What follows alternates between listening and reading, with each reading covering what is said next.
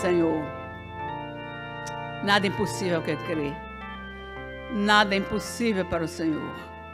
Por isso nós estamos diante de Ti nesta hora. Porque não fazemos nada por nós mesmos.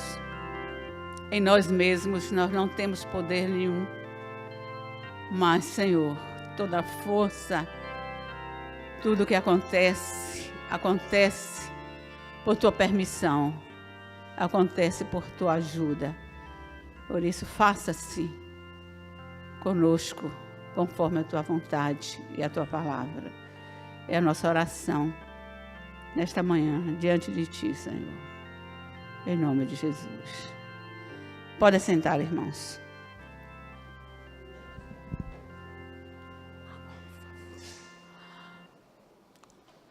Irmãos queridos,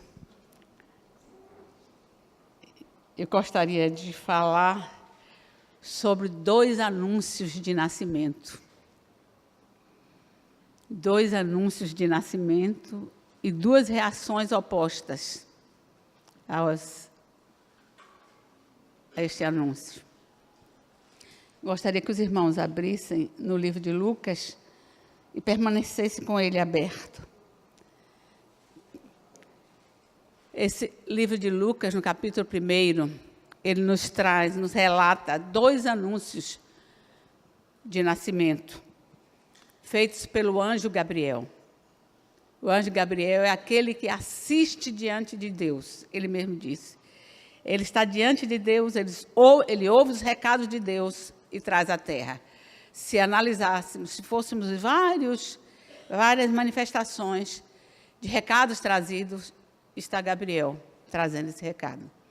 E nós não vamos falar dos anjos, porque temos estudado um pouco sobre os anjos. Eles são ministros de Deus a favor da população, a favor de todos nós. Esse ministro do Senhor está aqui para trazer à terra. Então, desde o Velho Testamento, a Bíblia fala em 2 anjos. Fala em Gabriel e fala em Miguel, não é mesmo? Estão aí. Mas hoje é Gabriel que está trazendo esse recado. Os destinatários destes anúncios ou desses recados, eles reagiram de forma diferente ao recebê-los. E não é de estranhar, irmãos. Nós somos totalmente diferentes um do outro. Embora somos... eu vou até extrapolar. Às vezes são gêmeos univitelinos, como tem aqui, mas duvido que não tenham coisa diferente ou coisas diferentes. Então, os anúncios que nós recebemos, ou as notícias que recebemos, muitas vezes podem nos impactar. Pode me impactar de tal forma que eu fico estarrecida, mas talvez você possa ouvir um anúncio e não lhe causar nada, absolutamente nada. Então, nós podemos entender, até aí, as notícias trazidas a um e ao outro. Andando por aqui, a gente não veria, não tem nada demais. Reagiram diferente, porque são pessoas diferentes. Mas, irmãos, o primeiro anúncio foi feito a um sacerdote. Eu faço uma ressalva. Nós vamos falar aquilo que o texto nos mostra, o que o texto nos diz. Não vamos aqui desfazer de nenhum personagem. Mas estamos estudando e vamos estudar esses personagens. O que é que eles têm a nos dizer? Por que eles reagiram assim? Por quê? O que é que nós entendemos disso tudo? Então, o primeiro anúncio foi feito ao sacerdote Zacarias, aqui no versículo 6, no capítulo 1 de Lucas, versículo 6. Zacarias diz aqui o texto, ele e a mulher dele, que era Isabel, eles eram justos, ambos justos perante Deus, andando sem repreensão em todos os mandamentos e preceitos do Senhor. Esta é a característica principal de Zacarias, como diz a Bíblia, ele tem essas características que a Bíblia diz. O nome Zacarias significa lembrado de Jeová, ou lembrado do Senhor, ou o Senhor se lembrou, mas Zacarias nunca esteve esquecido na mente do Senhor, no coração do Senhor, nunca esteve esquecido. Embora o seu nome diga isto, mas ele nunca esteve esquecido. E neste momento aqui, ele não está nunca esquecido, então esquecido no coração do Senhor, que neste momento o Senhor vai responder uma oração de Zacarias, uma oração antiga, irmão. Cremos que ela seja uma oração antiga, porque a idade que este casal tinha era muito avançada já. Então, era uma oração feita há muitos anos por esse casal, e principalmente por Zacarias, por um filho, já que Isabel era estéril. No versículo 7 diz, e não tinham filhos, porque Isabel era estéril, e ambos eram avançados em idade. Tudo indica, eu andei pesquisando um pouco, que Zacarias tinha em torno de 99 anos, Isabel, 89 anos. Uma coisa é certa, irmãos, para ser sacerdote, o pastor que me corrija e me ajude aqui, era no mínimo 50 anos. Então, quantos anos ele já estava casado? Aguardando esta manifestação, deste milagre. Ele precisava de um milagre de Deus, já que Isabel, sua mulher, era estéril. Então, o que é que nos chama a atenção aqui nesse texto? O que é que nós podemos ver? Eu já disse que era um sacerdote que vivia de uma forma honesta, de uma forma justa, de uma forma que agradava ao Senhor, vivia nos caminhos do Senhor, cumprindo os mandamentos, andando ali, como diz a palavra. E este sacerdote, ele era da turma de Abias, aqui diz, no versículo 5, diz, existia no tempo de Herodes, rei da Judéia, um sacerdote chamado Zacarias, da ordem de Abias. Abias era a 8ª turma. Lá em Crônicas, 1 Crônica 24, diz que ele era da 8ª turma da ordem deste sacerdócio, dessa escolha. Por sorte, ele foi escolhido como sacerdote e pertencia a esta turma de sacerdotes que adoravam o Senhor. E coube a Zacarias, desta vez, ministrar por uma semana, porque o sacerdócio era desenvolvido uma semana ali no templo, ministrar adoração diante do Senhor. Irmãos, a coisa muito preciosa aqui nesse texto, e em todo o contexto, em todo o estudo feito sobre isso, coisas preciosas, coisas importantes, coisas que nos chamam a atenção e que servem de lição para nós, para que nós não façamos também desta mesma forma. Então, era a semana do exercício que cabia a Zacarias ministrar adoração no templo do Senhor. E como isso era feito, irmãos? Como era diariamente feita essa adoração no templo do Senhor? Os irmãos, todo mundo quer um ministério, todo mundo quer fazer alguma coisa, mas requer esforço. Olha aqui, eu não sei se queriam ser um sacerdote com todas essas funções. Aqui estavam aqui, esse ministério diário, que coube a Zacarias, está no versículo 8 e 9, era dividido em 4 partes. Só um minuto. Dividido em 4 partes. Ao romper do dia, era a limpeza do altar e o preparo dos seus braseiros. Os irmãos se lembram que Levítico diz que o fogo do altar nunca poderia se apagar. Então, de manhã, o sacerdote tinha que limpar a cinza do que foi feito, do fogo que estava ali durante a noite inteira, apagar, limpar aquela cinza, para que fosse renovado tudo de novo, porque iam ser oferecidos holocaustos, sacrifícios, tudo mais ia ser feito. Então, o fogo do altar nunca deveria se apagar. Você é um altar. Somos altares de Deus. O fogo não pode se apagar em nós, irmãos. Eu acho que são lições que a gente vai vendo. O fogo não pode se apagar. Aquele braseiro é uma ordem do Senhor. O holocausto tem que ser oferecido, esse azeite, esse fogo tem que estar aí diariamente. Depois que eles limpavam, esse aqui fazia a oferta do sacrifício. E a limpeza do candelabro. Lembre que tinha um candelabro. Um candelabro grande ali dentro.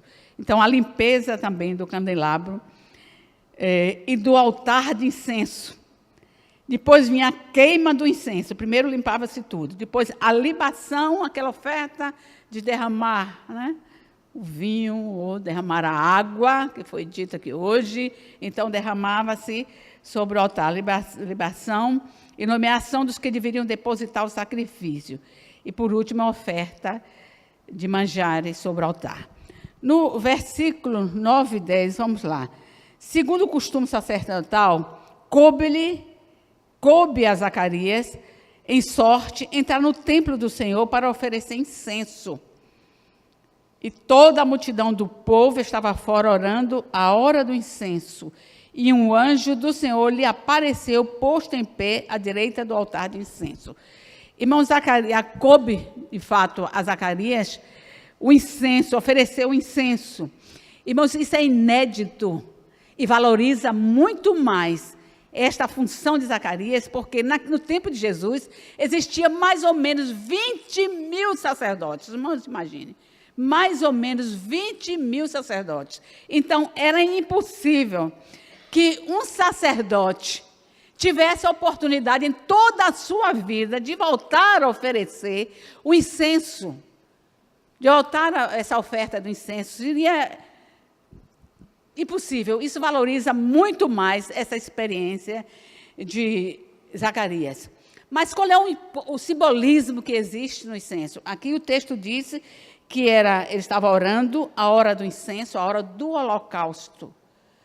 Aprenda com isso aqui, ou relembre pelo menos, como é importante o holocausto. Tudo está acontecendo com este homem na hora de oferecer o incenso, na hora de oferecer o holocausto. O simbolismo da queima do incenso, irmãos, significa a oração, a nossa oração, a que você já fez hoje, que subiu para o Senhor, a petição, o clamor por misericórdia, o reconhecimento da graça de Deus.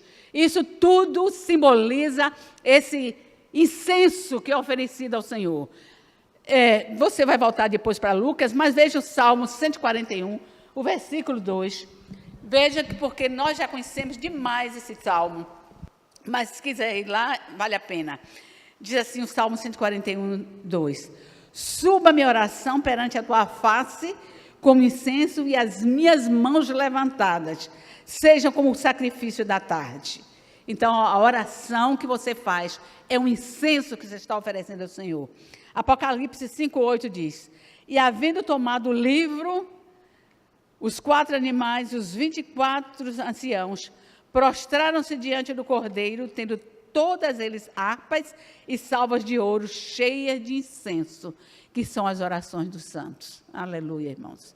Hoje a sua oração aqui já subiu como incenso às narinas do Senhor. E tudo indica, meus irmãos, que esta função era um distintivo, era mais importante até do que muitos outros sacrifícios aqui.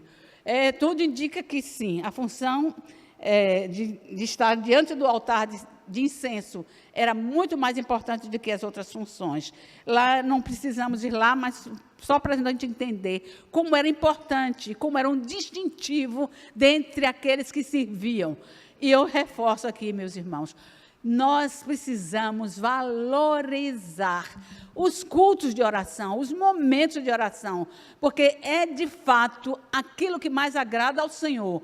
Eu estava verificando o nosso fascículo e diz que os 2 importantes ministérios da igreja, o ministério da palavra e o ministério da oração. Está lá no fascículo, nas últimas, acho que o último tesouro. Mas eu fui verificar nas mensagens pregadas sobre oração e sobre fé, e de fato está valorizado até um ponto o ministério da palavra, o ministério da oração. E um não pode sobreviver sem o outro. Não pode, irmão. Não há palavra, nenhum pregador sobreviveria aqui se não tivesse um respaldo, um embasamento da oração. Nenhum pode ser mestre. E o nosso pastor é mestre. Mas, irmãos, se não houver esse lastro de oração, não tem maestria, não tem Rabone nenhum que sobreviva. Rabone, né? sobrevive. Mas eu estou dizendo isso e quero dizer que era um distintivo entre os sacerdotes prestar o culto, trabalhar naquele dia ali no altar de incenso. Lembro-me, em 2 Crônicas 26, 18, que o rei Uzias, e eu vou dizer onde é realizado este incenso, o rei Uzias, ele se engrandeceu. Nós sabemos a história de Uzias, não vamos voltar a ela, mas ele se engrandeceu e ficou tão exaltado com tudo que ele fez. Ele foi um bom rei, ele fez prosperar a sua nação, mas essa prosperidade o exaltou, irmãos, o orgulho subiu, e Uzias que ele se achou no direito de entrar no santo lugar, porque o altar de incenso está no santo lugar. Ele se achou no direito de, como eu sou rei, eu posso tudo, então vou entrar neste altar de incenso para oferecer o sacrifício, oferecer o incenso, e ele estava com o incensário na mão. Por isso aqui vai é algo que nos mostra que era algo muito valoroso, que enquanto Uzias entrou, 80 sacerdotes, acompanhados do sacerdote Azarias, foi atrás dele, porque dizendo, você não tem direito, você não pode ministrar neste lugar, porque só o sacerdote é digno de entrar no santo lugar para oferecer o incenso. E como ele resistiu, nós sabemos o que aconteceu com Uzias. Ele ficou leproso por ter resistido e ter tentado entrar naquele lugar. E por isso, meus irmãos, essa função de sacerdote.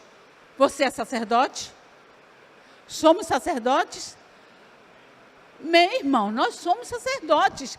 Quando chega em Apocalipse, diz que nós somos reis e sacerdotes. Então, nós temos o direito de entrar nesse santo lugar para ministrar ao Senhor.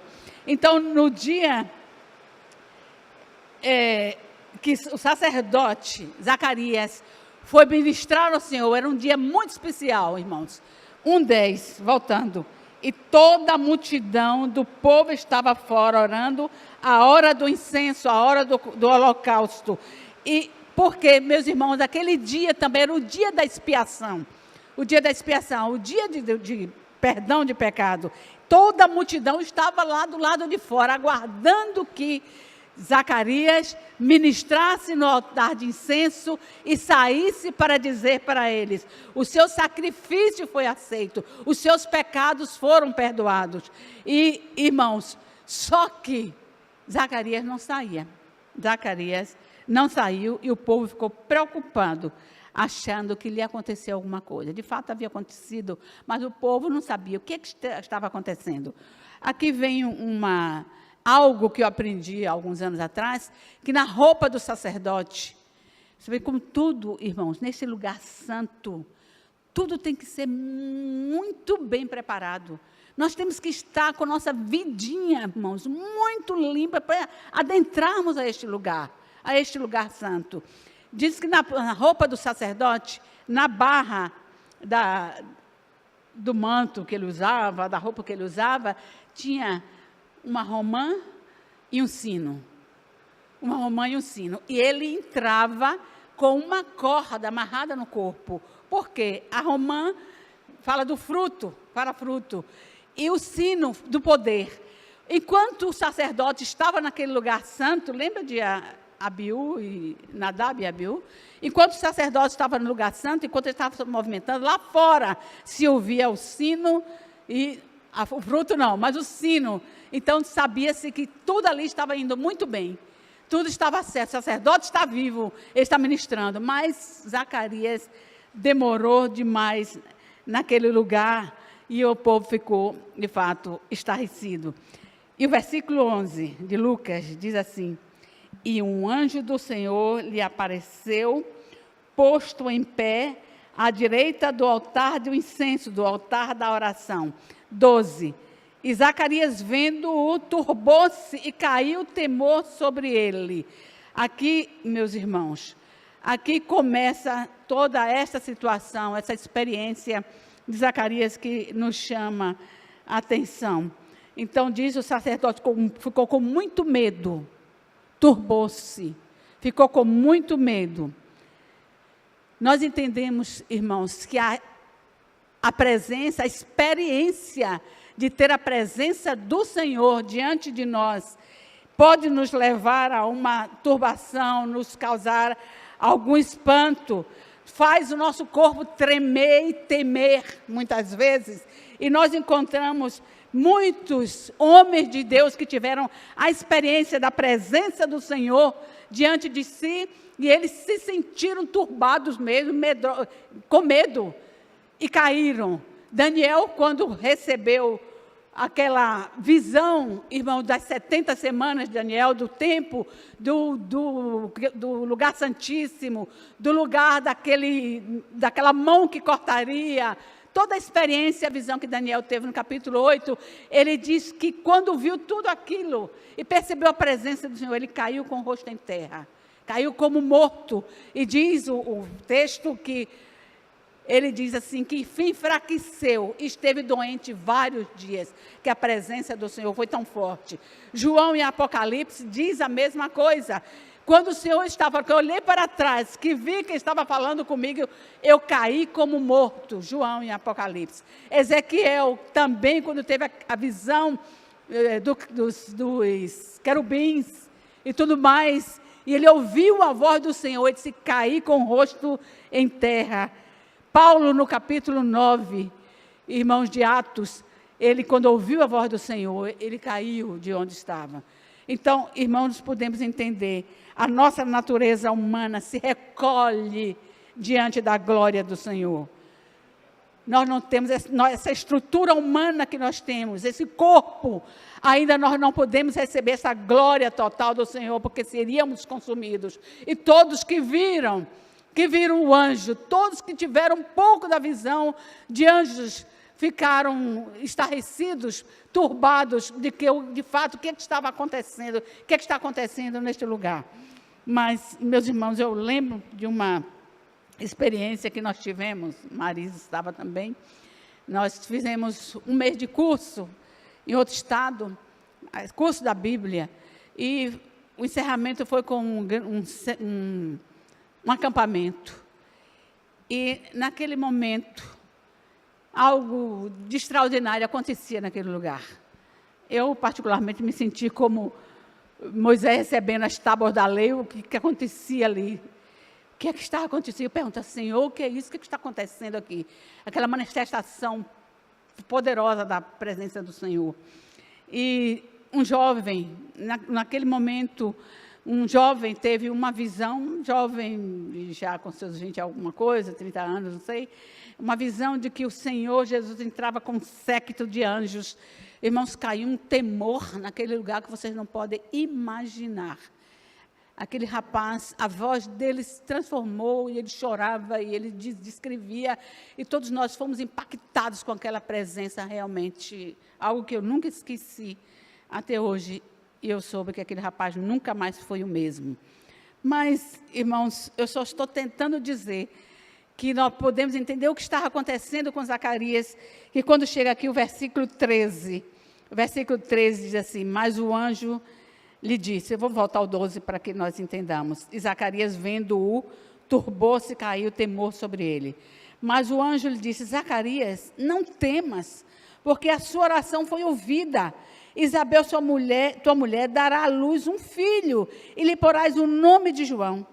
E terás prazer e alegria, e muitos se alegrarão no seu nascimento, porque será grande diante do Senhor, e não beberá vinho, nem bebida forte, e será cheio do Espírito Santo, já desde o ventre de sua mãe. Depois nós continuaremos. Irmãos, o anjo lhe aparece e diz, não temas, porque a tua oração foi ouvida.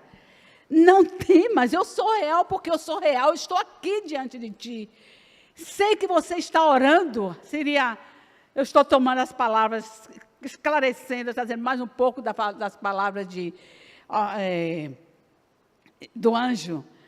Sei que você está orando há muito tempo por um filho. Eu estou vindo da parte daquele que sabe do seu desejo, daquele que sabe que você quer, há muito tempo deseja este filho, e que parece que está demorando muito. Não temas, eu vim trazer a resposta Mas, irmãos, aqui eu parei e fiquei pensando. Parece que a fé de Zacarias se enfraqueceu. Ele esperava e continuava orando. Provérbios 13, 12 diz assim, que a esperança demorada, adiada, faz adoecer o coração. Mas o desejo atendido é a árvore de vida. Parece que a demora, nós vamos ver, aqui vai dizendo Zacarias, aqui pensando, ele não imaginava que o seu filho tão querido, tão desejado, tão tardio no seu entendimento, não era tardio coisa nenhuma, era necessariamente, soberanamente determinado por Deus no seu relógio. E eu aprendo aqui, irmãos, que aquela oração que você está fazendo há tanto tempo, que aqui você está esperando, Deus não me escuta, Deus não me responde, Deus não está me ouvindo, nada, irmãos. Deus sincroniza todas as coisas. Deus estava sincronizando a vinda de João Batista com a vinda do Messias.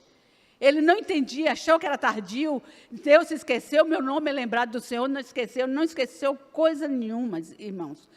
Toda oração Deus escuta. Deus ouve, Deus tem um tempo. Nós devemos, irmãos, fazer orações específicas e esperar respostas específicas. Às vezes nós oramos, parece que não estamos querendo que aconteça. Se a gente lembrar que o povo que estava orando por Pedro, orava e, ao mesmo tempo, não é ele não, é o anjo dele. Ah, não, que nada, ele está preso. Irmãos, orações específicas, respostas específicas. Uma coisa que está lá no fascículo, lembremos sempre, tenhamos certeza que Deus escuta as orações. Mateus 21, 22. Tudo o que pedirmos, o que pedirdes em meu nome, eu farei. Tudo é tudo. Tudo é tudo, irmãos. Agora, ande em justiça, está lá no fascículo, ande em justiça, e a Bíblia diz que o Senhor não andava aqui em justiça. Ande em justiça, saiba de uma coisa. Saibamos, irmãos, de uma coisa. As respostas de Deus são soberanas. Dissemos várias vezes nesta manhã, a tua vontade, a vontade de Deus vai prevalecer. O tempo dele é o tempo dele, não é meu tempo, não é seu tempo. Nós somos bastante ansiosos. O Senhor tem um tempo para cada coisa. Então, a oração foi respondida no tempo certo. Deus tinha propósitos com o nascimento do filho de Zacarias. Deus tinha propósitos. Ele seria o precursor dos seus filhos. E o anjo discorre para Daniel. Desculpa, já estou com Daniel. Com Zacarias. Ele vai aqui dizendo a Zacarias, como seria este menino? O que ele faria? Ele será um nazireu de Deus. Ele virá à frente, ele virá no poder de Elias. Aqui, meus irmãos, olha como vai dizendo o versículo 16. Ele virá, não beberá vinho, nem bebida forte, está no 15, será cheio do Espírito Santo, já desde o ventre de sua mãe, e converterá muito dos filhos de Israel ao Senhor, seu Deus. Irá diante dele no espírito e virtude de Elias, para converter os corações dos pais aos filhos e os rebeldes à prudência dos justos, com o fim de preparar ao Senhor um povo bem disposto. Meus irmãos, aqui estava todo o perfil para que Zacarias se acalmasse, para que Zacarias acreditasse, para que Zacarias soubesse que Deus ouviu, de fato, o seu clamor há muito tempo. Mesmo assim, irmãos, com toda esta descrição, ele olhou, não para o que o anjo está dizendo, mas olhou para o seu corpo e olhou para o corpo da sua mulher. Repare como ele diz, parte do versículo 18. Vou ler o fim, que depois eu vou dizer. Eu já sou avançado em idade, e minha mulher também. Como é que eu vou acreditar numa coisa desta? Mesmo assim, com toda a descrição, ele olhou para o seu corpo e o corpo da sua mulher. E aí ele pergunta, como posso ter certeza que isto é verdade? Como eu posso ter certeza que é o Senhor que está falando comigo? É o Senhor que está mandando essa resposta? Porque só agora, olha, irmãos, eu estou tentando, parafraseando aqui, estou usando expressões fortes para que nós entendamos, não é Zacarias que abre esse sinal, nós agimos muitas vezes assim. Eu já tenho ouvido pessoas dizendo assim, e por que só agora? Quando eu estava ali naquela dificuldade, quando eu estava sendo, vou usar uma expressão, isso eu já ouvi, quando eu estava sendo estuprada ali, por que ele não apareceu? Por que Deus não apareceu naquela hora? Eu já ouvi isso, irmãos, e muitas vezes elas dizem, por que só agora? Que já sou velha e minha mulher também. Irmãos, isso que poderia ter sido somente uma pergunta de Zacarias, uma pergunta curiosa de Zacarias. Não foi. Foi sim uma dúvida. Foi uma dúvida. Zacarias implorou por uma bênção. Estela está implorando por uma bênção terça-feira. Recebeu a promessa por visitação angelical. Toda especial, irmãos. No entanto, ele se deixou levar e se render pela dúvida. E pediu uma prova real. Ele pediu uma prova, eu quero algo palpável. Às vezes nós fazemos isso. Eu quero crer. Crer para ver, mas eu quero algo real, palpável. Irmãos, lembrando que Zacarias tinha uma idade semelhante à de Abraão. Não é mesmo? Abraão lá no Velho Testamento. Vá rapidinho comigo em Romanos 4:17.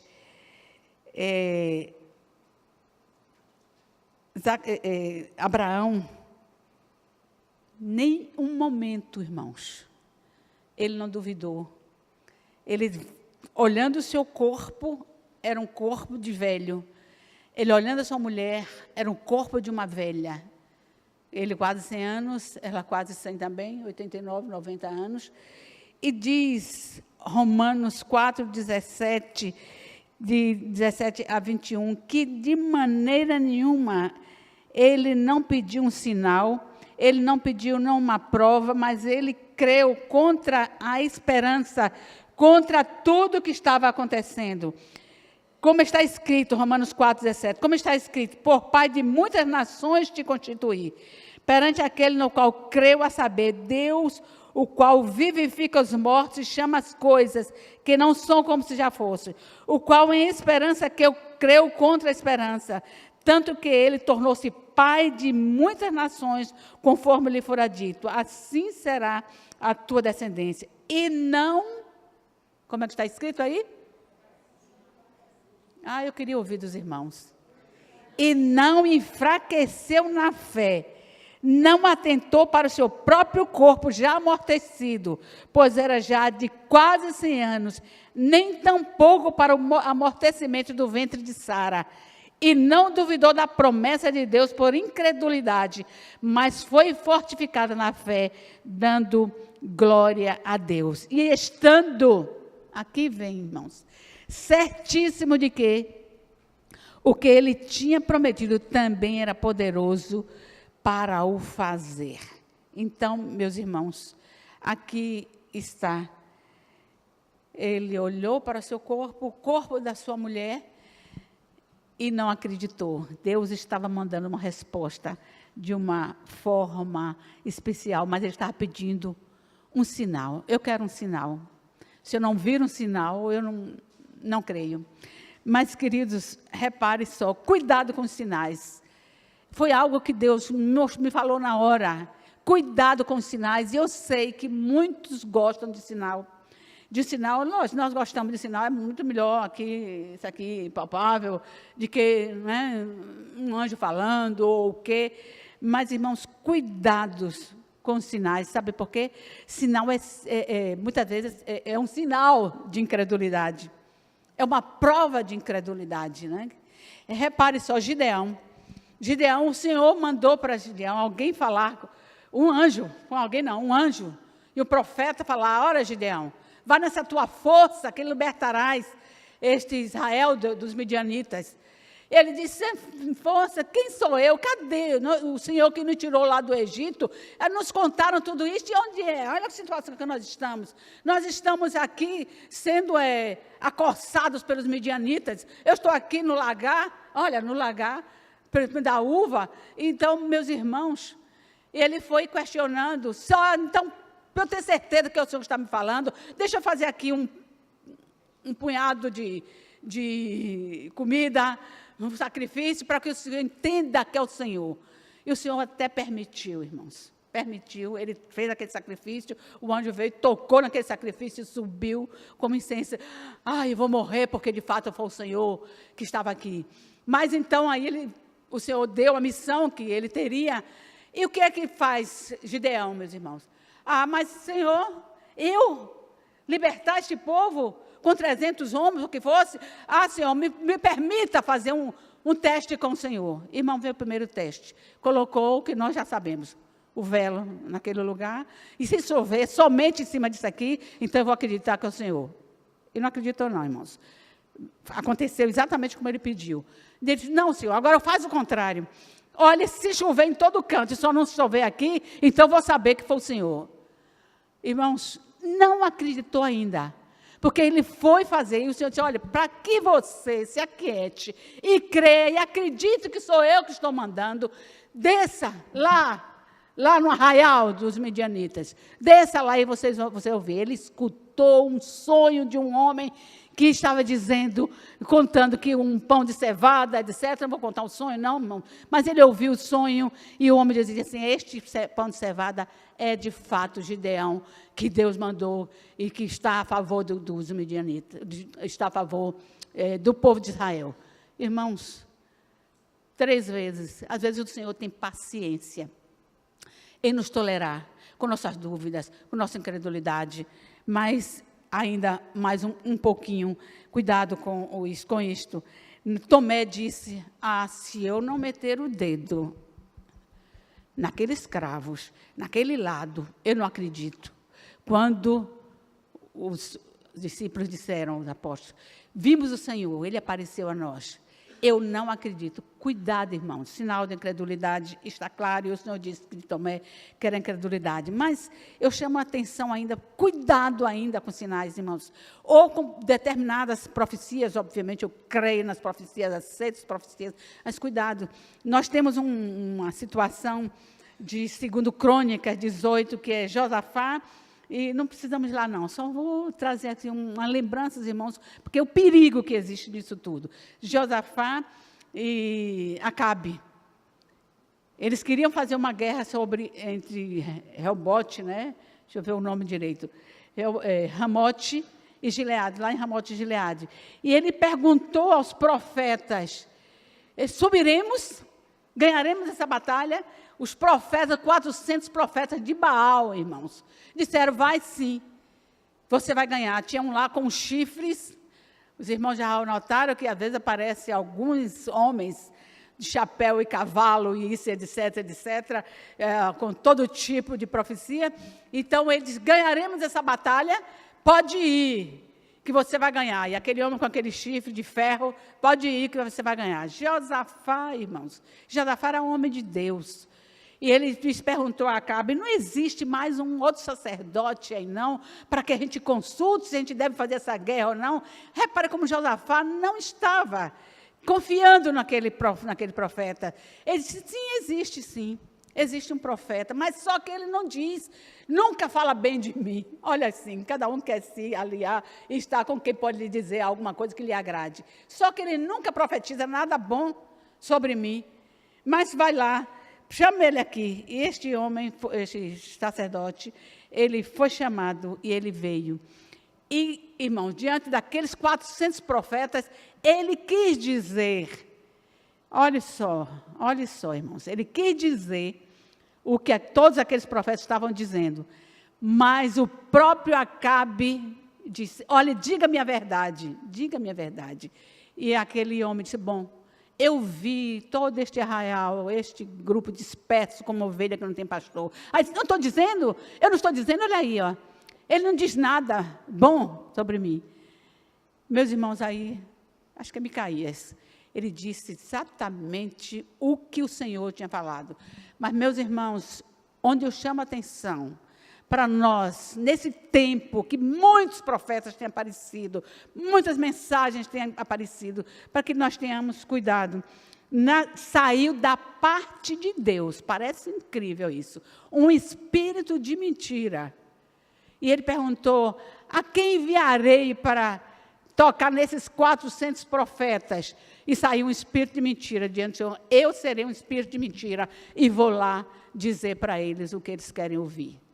Cuidado, meus irmãos.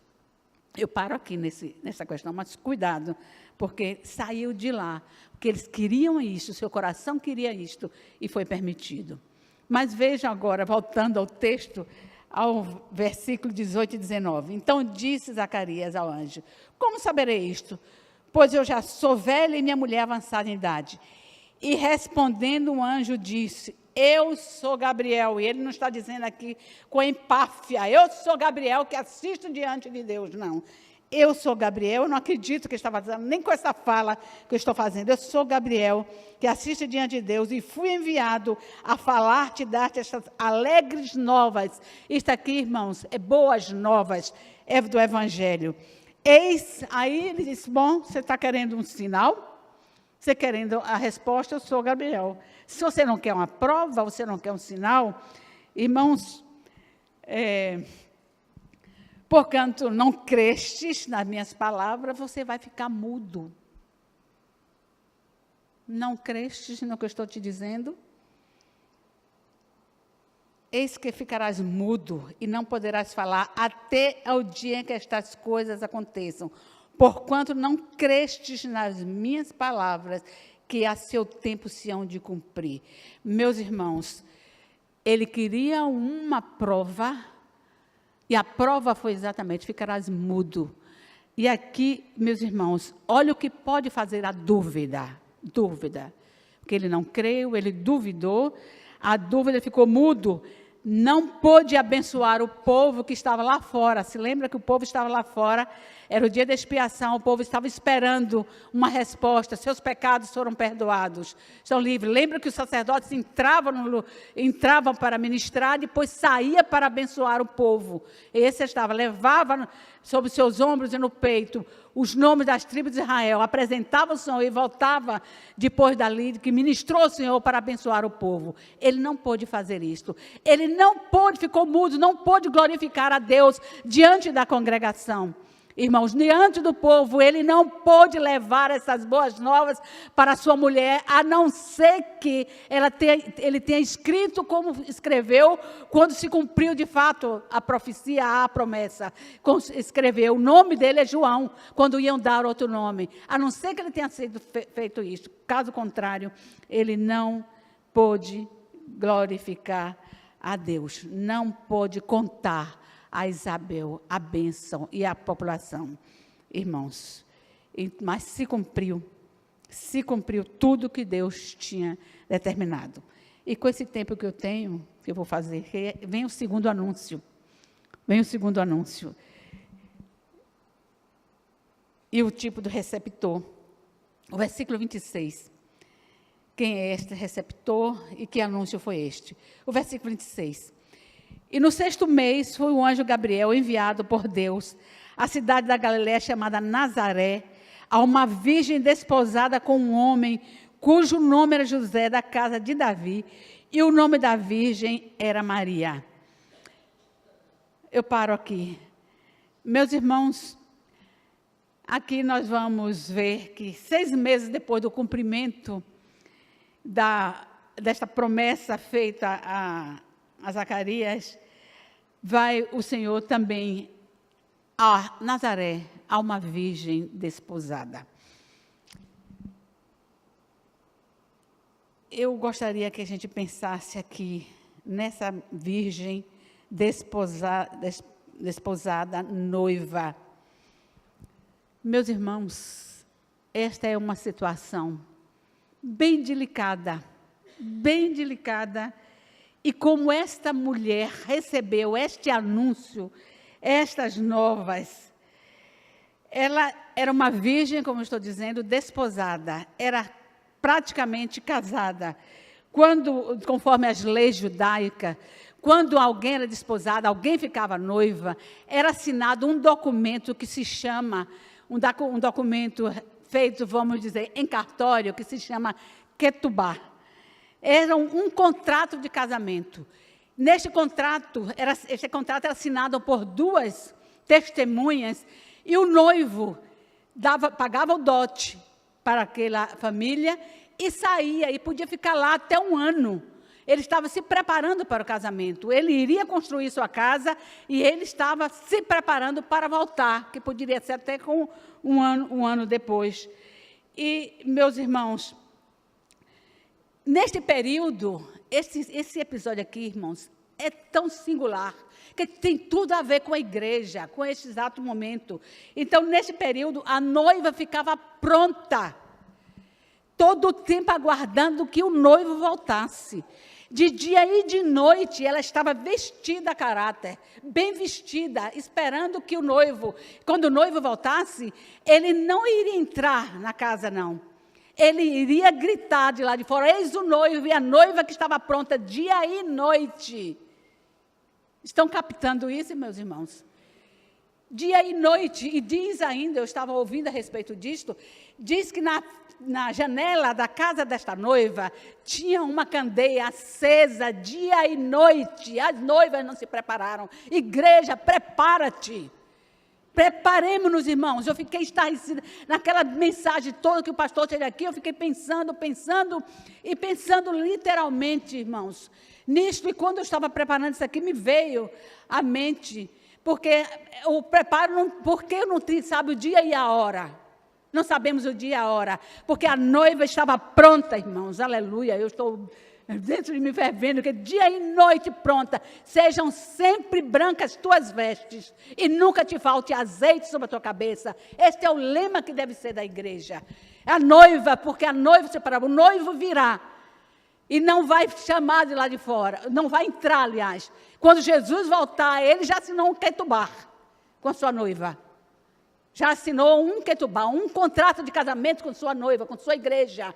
E ele vai voltar e vai de lá de fora. O anjo vai tocar trombeta, meus irmãos. E vai dizer, a noiva vai estar preparada. Apocalipse disse que vai para as bodas, porque ela já se preparou. Ela já está pronta para acender ao noivo. Meus queridos irmãos, então, essa noiva está aguardando. Esta é a situação de Maria. Ela já tinha esse contrato de casamento assinado.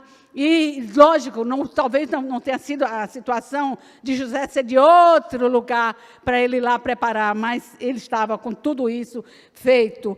Aqui diz, então, o versículo 28. Apareceu esta virgem desposada, e entrando o anjo onde ela estava, disse, salve agraciada, o Senhor é contigo, bendita és tu entre as mulheres. E vendo Maria e ouvindo, irmãos, vendo e ouvindo essa saudação, ela turbou-se. E aqui nós percebemos 4 estágios da vida de Maria, com esta saudação do anjo, com essa fala. O primeiro estágio de Maria, dessa visitação espiritual divina, o primeiro estágio foi de espanto, ela turbou-se, ela ficou aterrada, ela estremeceu diante da magnitude da revelação que ela estava tendo. Que saudação é esta? Salve agraciada, o Senhor é contigo. Irmãos, ela espanto diante da magnitude da revelação, diante das implicações e das alterações que teria a sua vida a partir daí. Aí vem o segundo estágio da vida de Maria, de perplexidade. Num estágio de perplexidade, nós podemos ficar turbados, apresentar uma noite até, vamos dizer, uma noite tenebrosa, mas, irmãos, que muitas incertezas podem nos deixar perplexos. Mas vejam só, continuando aqui no capítulo 1, no versículo 30, disse-lhe então o anjo, Maria, não temas, porque achaste graça diante de Deus. E eis que em teu ventre conceberás e darás à luz um filho, e por-lhe-ás o nome de Jesus. E este será grande e será chamado Filho do Altíssimo. O Senhor Deus lhe dará o trono de Davi, seu pai, e reinará eternamente na casa de Jacó, e o seu reino não terá fim. Paremos ali, meus irmãos. Então, o anjo aprofundou mais ainda esta perplexidade de Maria. E ela compreendeu, meus irmãos, nunca estaríamos, está na pele de Maria, não sei, foi aprofundada ainda, pensando em Maria, compreendeu, pelo menos em parte, que anúncio é esse? Quer dizer que eu vou ter um filho, eu vou engravidar, sendo virgem. Então, eu vou ser aquela que abrigará o filho davídico, o Messias davídico. Irmãos, a gente lê esse relato com muita simplicidade, a gente relê assim, como se fosse algo banal. Não nasceu, mas, irmãos, se fôssemos pensar, meditar, eu me colocando um pouquinho no lugar de Maria, fico, meu Deus do céu. E ela compreendeu, e a gente pensa assim, pelo menos em parte, ela compreendeu a gravidade de tudo. Eu entendo que, olha, os irmãos sabem que Maria, aliás, o texto diz que Maria e Isabel, elas eram parentes, e elas eram da linhagem de Arão. Então, certamente, o povo de Israel estudava a Bíblia, irmão. Pelo menos eu aprendi que 5 anos de idade, eles já estavam ali estudando, conhecendo tudo. Eu acredito que Maria sabia daquela profecia de Isaías, capítulo 7, quando o Senhor manda a Acais, pede um sinal. E ele, não vou tentar o Senhor, meu Deus, pedindo sinal, não. E o sinal é: a virgem conceberá e dará à luz um filho, e chamá-lo-ão Emanuel, que significa Deus conosco. Eu tenho essa impressão que Maria sabia, porque ela, na perplexidade dela, ela ficou pensando, eu serei progenitora do Messias davídico, e eu vou ter um filho, sou eu esta virgem, um filho antes do casamento? Meus irmãos, ela foi escolhida, e ela está estarrecida também, eu, escolhida, como representante das mulheres, porque o anjo diz, bendita serás entre as mulheres, eu representar as mulheres para abrigar o filho do meu Senhor.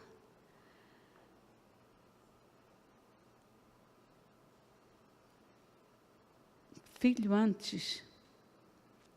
Eu sei que foi a digna, escolhida representante das mulheres. E aqui, meus irmãos, nós vemos que foi aprofundada em Maria esta confiança no Senhor. E ela não requereu nenhum sinal, meus irmãos. Aqui está a diferença. Ela não requereu nenhum sinal, nenhuma confirmação, e nem sequer contestou. O que é que meu noivo vai dizer, vai pensar? O que é que na cidade vão falar a meu respeito? O que é que vai acontecer comigo, que no mínimo ela seria apedrejada? E não contestou, e nós sabemos que Maria sofreu sim por isto. Pelo que eu já li e já ouvi, irmãos, em Belém, ela ficou hospedada, não ficou em hospedagem, porque atribuíam a ela ter fornicado antes. Eu já li isso a respeito disto. Eu não achei essa hospedagem. E lembra que em João, no capítulo 8, Jesus foi chamado de filho de fornicação. Então, o povo falou mesmo a respeito desta situação de Maria.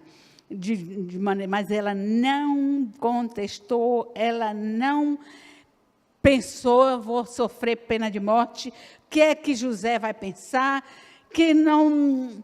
Mas ela fez uma declaração notável de fé, meus irmãos, de fé simples. Eu estou quase terminando.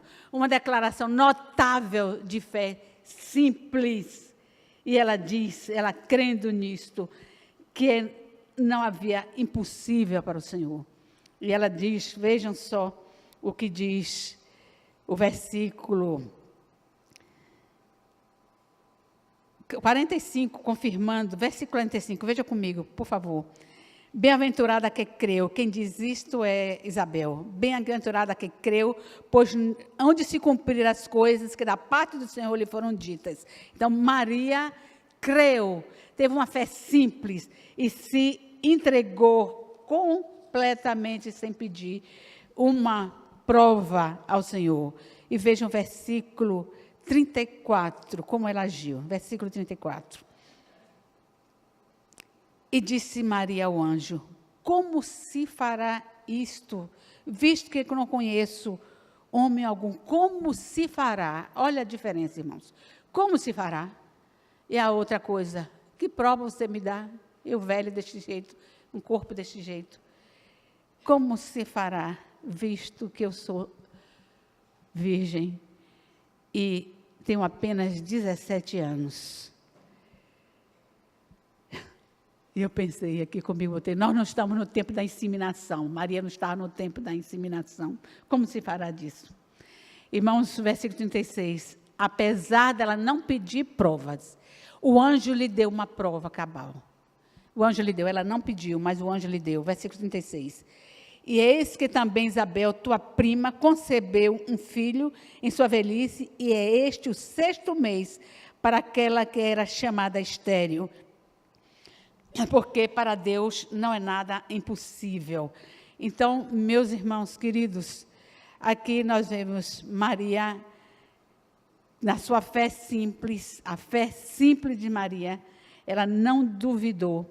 E vem então o 3º estágio dessa experiência de Maria. O terceiro estágio. São 4, então os irmãos pensam que eu estou terminando. 3º estágio. Para Deus não há impossível. Você tem alguma petição? Você tem alguma dificuldade que aos seus olhos é impossível? Para Deus não há impossível. O pastor Valdívio costumava fazer no culto matutino, colocando ali no quadro os pedidos impossíveis. E sempre estávamos retornando para dar graças a Deus, porque aquele impossível se tornou possível. Para Deus, irmãos, não há impossível. Maria, nesse momento, na vida de Maria, foi aplicada uma palavra que foi usada nesta manhã várias vezes aqui. A graça do Senhor veio sobre Maria. Achaste graça, Maria, a graça do Senhor. Meus irmãos, a graça do Senhor está disponível para cada um de nós. É favor imerecido, não merecíamos nada. Mas o anjo disse: não tema, Maria, foi aplicada a graça. Você terá ainda muita alegria com este filho, esta graça. Sei que a profecia diz que ela também teria muita expectação diante da morte do filho, mas ela teria muita alegria. Então, a graça estava disponível. A graça divina, meus irmãos, transcende a tudo que nós imaginarmos, tudo, aos limites da expectação humana. Transcende a tudo, a graça divina, este favor que está lá, que pela graça fomos salvos, que éramos pecadores, merecíamos o inferno mesmo, mas Ele derramou a graça sobre cada um de nós e somos resgatados e libertos para o Senhor. E o versículo 38 diz assim: e disse Maria: eis-me aqui. Ou eis aqui a serva do Senhor, cumpra-se em mim, segundo a tua palavra. E o anjo ausentou-se dela. Eis aqui, meus irmãos, o 4º estágio. Cumpra-se em mim, segundo a tua palavra, segundo a tua vontade. Os 4 estágios: rendição total de Maria ao Senhor. A aquiescência total, ela se entregou sem reserva para Deus, sem saber tudo, obviamente, irmãos, o que lhe aguardava, mas ela disse: estou disposta, esta palavra significa, estou disposta a cumprir tudo que está reservado para mim, mesmo sem saber o que viria de ser, mas Deus estava disposto a cumprir. Quando ela compreendeu, sem compreender a magnitude de tudo. Deixe que Deus, meus irmãos, deixe que Deus tome o leme do seu barco. Amém? Só ouvi um amém antes. Deixe que Deus tome o leme do seu barco. ela se entregou sem reservas na mão de Deus. Ela aqueceu. Seja feita a tua vontade. Irmãos, as palavras de Maria daí para frente foram palavras de humildade. Humildade diante da vontade de Deus. Ela aqueceu numa humildade. Em nenhum momento, meus irmãos, em nenhum momento nós percebemos em Maria uma situação de que ela se envaideceu, se engrandeceu. Ela repete simplesmente a palavra que o anjo disse. Ela está repetindo o que Isabel disse. E ela está repetindo aqui as palavras que Ana disse, lá em 1 Samuel, no capítulo 1 e 2, por ali. Então, 2. Então, o que Ana disse. Então, ela repete. Agora, leia comigo. Veja a humildade de Maria. Gostaria de ler junto com os irmãos. Versículo 46. Disse, todo mundo comigo?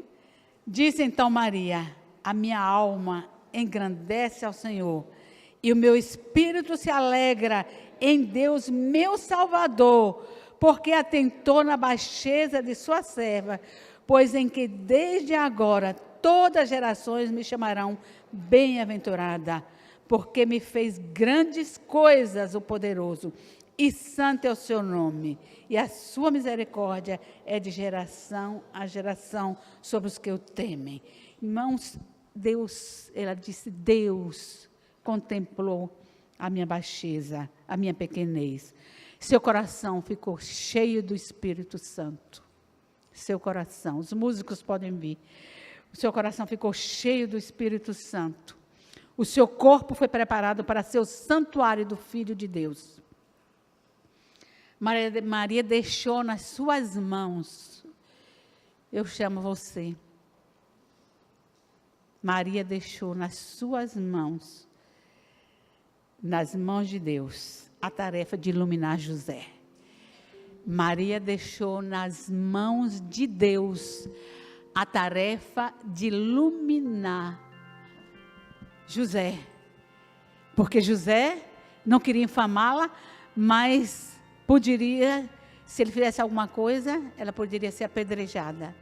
Se ele disse, não quero infamá-la, vou deixá-la secretamente. Mas Deus, mais uma vez, enviou anjos em sonhos para falar a José. Não temas receber Maria, porque o que está gerado nela é do Espírito Santo.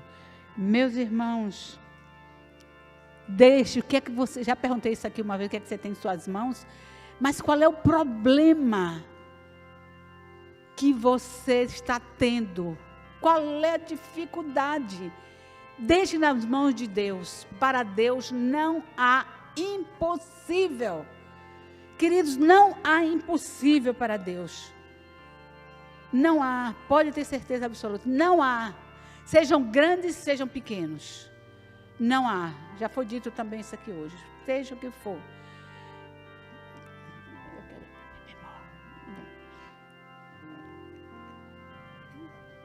Deus enviou um anjo para falar. Hoje nós temos o Espírito Santo falando a cada coração. Eu observei, meus irmãos, que depois da escolha por sorte de Matias, que ali em diante toda a ação foi do Espírito Santo. Dali em diante só o Espírito Santo é que trazia uma palavra, que trazia orientação. E a minha oração, e nós vamos ficar em pé agora, meus irmãos, é que o Espírito Santo fale ao seu coração. É Ele que vai falar ao seu coração para que ele receba o problema, aquele impossível que está no seu coração. O impossível, deixe nas mãos de Deus. Deus tomou o problema de Maria. A vergonha, as dificuldades. Deus tomou todos esses problemas. E tomou e resolveu este problema para Maria. E com certeza Deus quer resolver.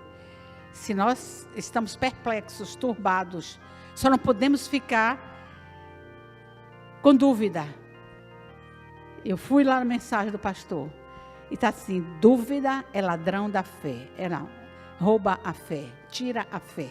Ele não botou rouba não, tira a fé. Nós não podemos duvidar. Se você quer uma resposta de Deus, se você quer que Deus faça o que fez com Maria, renda-se a Ele. Não duvide, mas acredite perfeitamente. Acredite perfeitamente. Mi bemol. Mi bemol.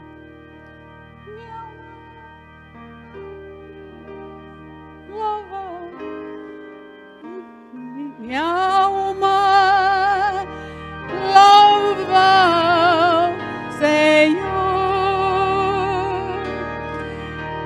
e o meu espírito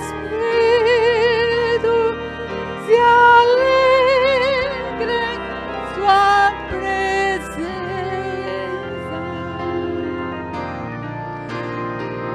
porque o poderoso maravilha faz em mim.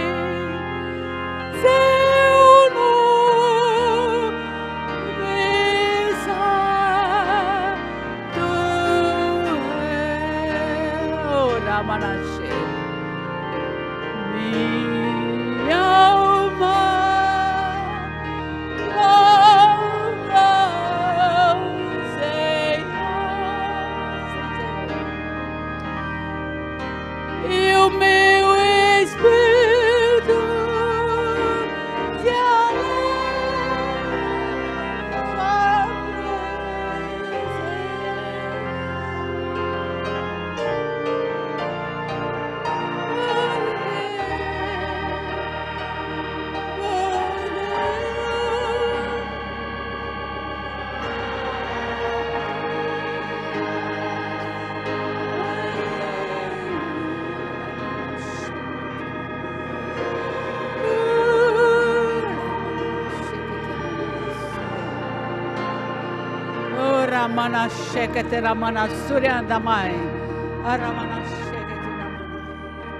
Pai, em nome do Senhor Jesus, Tu que contemplas os corações, ó Deus, Tu contemplaste o coração de Zacarias e sabias que ele necessitava, almejava um filho.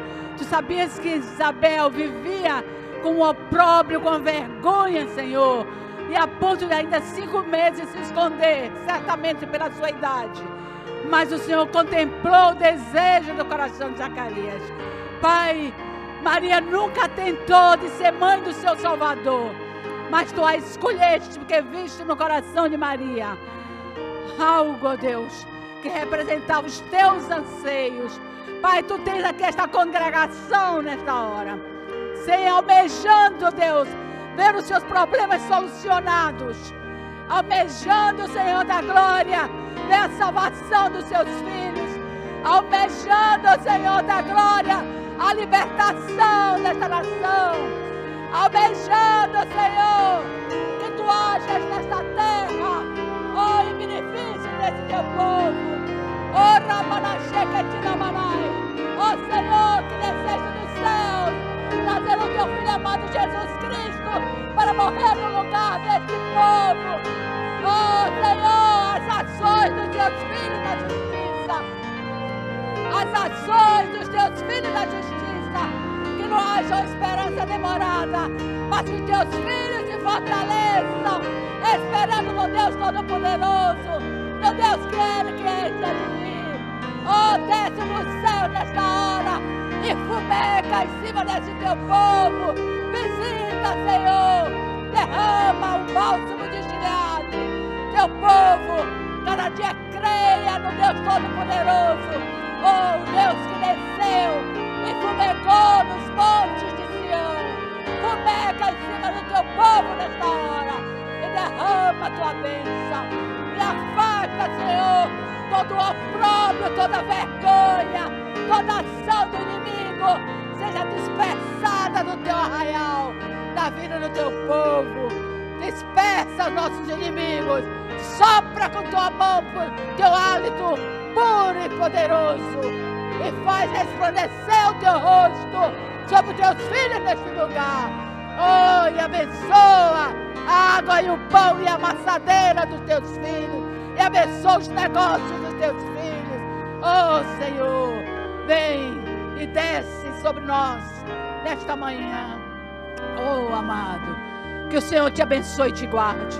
Que o Senhor te resplandeça o seu rosto sobre ti.